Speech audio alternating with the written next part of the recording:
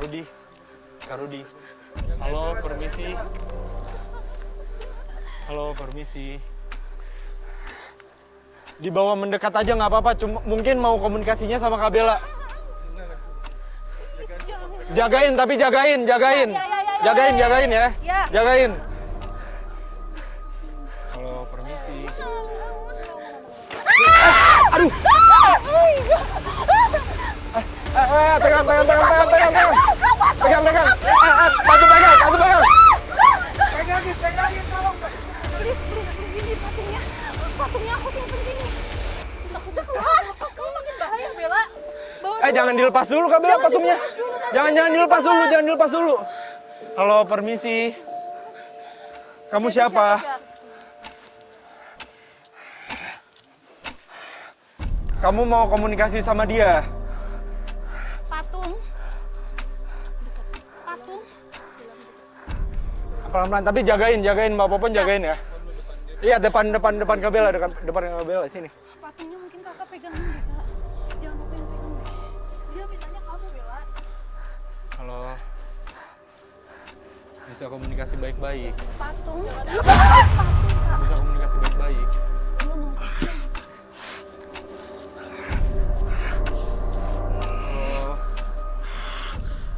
Musuh saya. Ini nggak apa-apa Kak Bella, nggak apa-apa sini. Musuh anak. Apa? Apa kata dia? Musuh.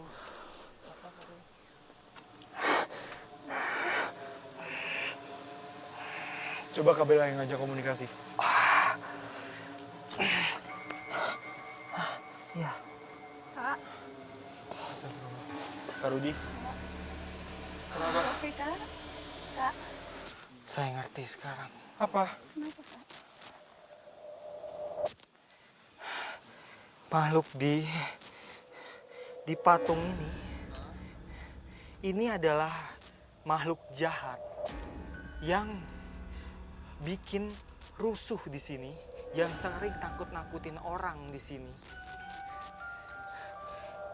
yang bikin teror, yang menjelma menjadi sosok korban, kemudian menakut-nakuti orang-orang di sini, dan kayak yang bikin image seolah-olah kayak korban itu arwah gentayangan yang meneror orang-orang.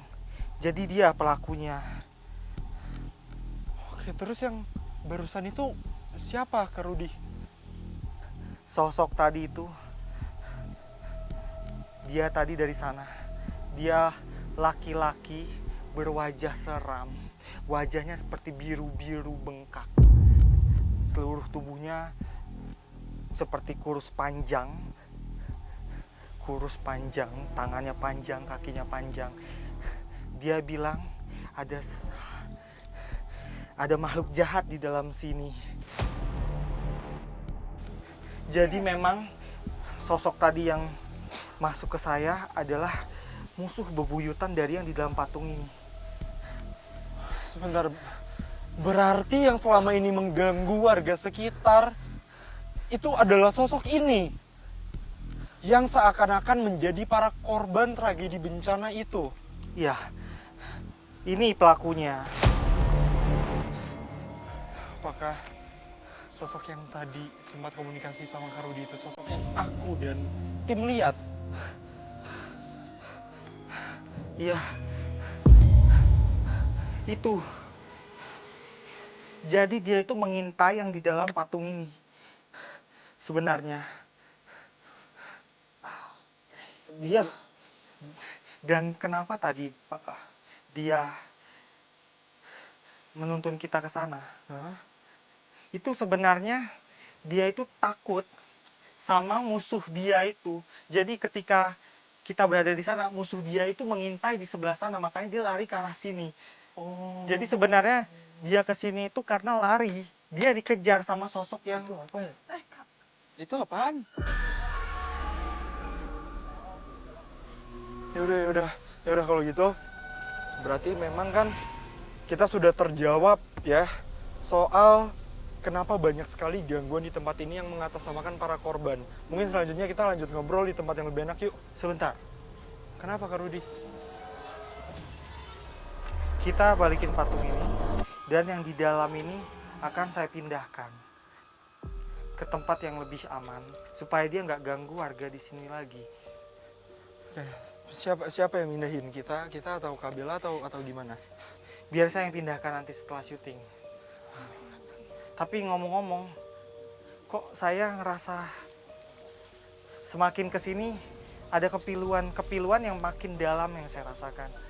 Kepiluan. Kru boleh titip patungnya? Oh, Tim, boleh minta tolong, Tim?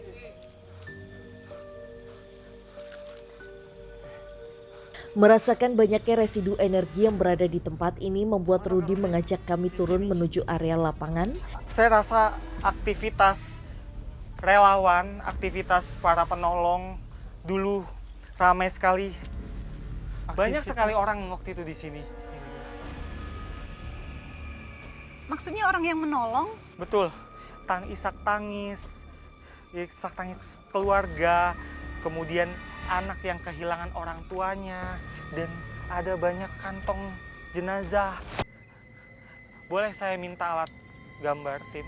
Tim, tolong siapin secepatnya ya, Tim. Berarti lagi-lagi Kak Rudi di sini merasakan residu energi yang cukup kuat ya, tentang kesedihan, kepiluan.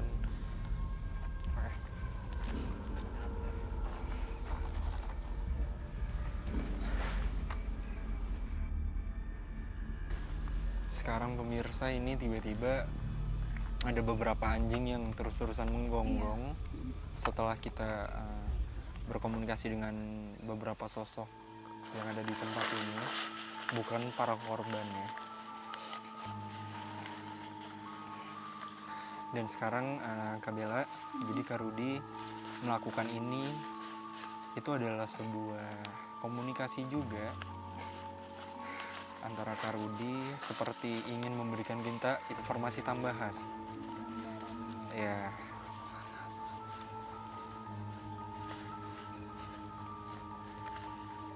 Ada banyak mayat bergelimpangan saat itu, saat jatuhnya pesawat. Mereka dalam kondisi yang mengenaskan. Ada kepulan asap, api yang berkobar. Kemudian datang beberapa orang yang sadar akan hal itu. Satu persatu mereka, para penduduk datang dan kemudian menghampiri lokasi, dan mereka dikumpulkan dalam kantong jenazah, kemudian dibawa helikopter dari sini ke arah sana. Mereka dievakuasi, kemudian diidentifikasi, dan helikopter itu harus memutar jauh karena mereka nggak boleh melewati batu dinamit yang ada magnet itu. Kalau enggak, mereka bisa celaka lagi. Jadi mereka harus memutar jauh supaya mereka selamat. Tim evakuasi dari tragedi pesawat ini harus menggunakan helikopter dikarenakan medan yang begitu sulit. Bahkan tim yang menggunakan helikopter pun harus memutar jauh agar tidak melewati batu dinamit, di mana ketika dia melewati batu itu dianggap akan mengalami kecelakaan kembali. Makanya kalau dulu juga waktu evakuasi di sini sebenarnya kan lewat jalur sini dekat, lebih dekat malah. Gak berani, makanya dia ambil jalur Ciapus, muter lagi ke sini. Karena kalau lewat sini dia udah punya feeling pasti jatuh lagi. Kenapa Kak Rudi? Suasana riuh dari sana juga terasa. Tim, boleh? Sini Kak Rudi. Dari arah mana Kak Rudi? Dari arah sana, Fasya. Area sini banyak sekali orang-orang waktu itu datang dari arah sana, dari arah sana. Mereka datang dan ini padat sekali. Ini padat sekali. Ya, Iya, pada saat itu. padat sekali Padat waktu itu penduduk. banyak Iya. penduduk yang datang, terus juga ada Relawan kendaraan-kendaraan. juga, iya. Mereka dari mana-mana datang ke sini. Ada ambulans dan wah, bahkan nggak cuma lingkungan sekitar aja, bahkan sampai dari mancanegara pun datang ke sini, Fasya. Iya. Itu benar karena memang tragedi itu menjadi trending topik nomor 1 di dunia pada saat itu. Ramai sekali. Kendaraan-kendaraan lewat. Berlalu lalang di jalanan Dari ini mana ya. dari mana-mana datang. Iya. Bahkan yang nggak ada sangkut pautnya, yang bukan merupakan keluarga, itu juga datang ke sini. Mereka sangat ingin tahu kejadiannya. Kak dengar gak sih? Kak dengar gak sih? Kak dengar gak sih? Iya. Sakitan, kayak ngerintih gitu gak sih? Kita kayaknya ngobrol di sini aja ya. Boleh kesini Kak Bella?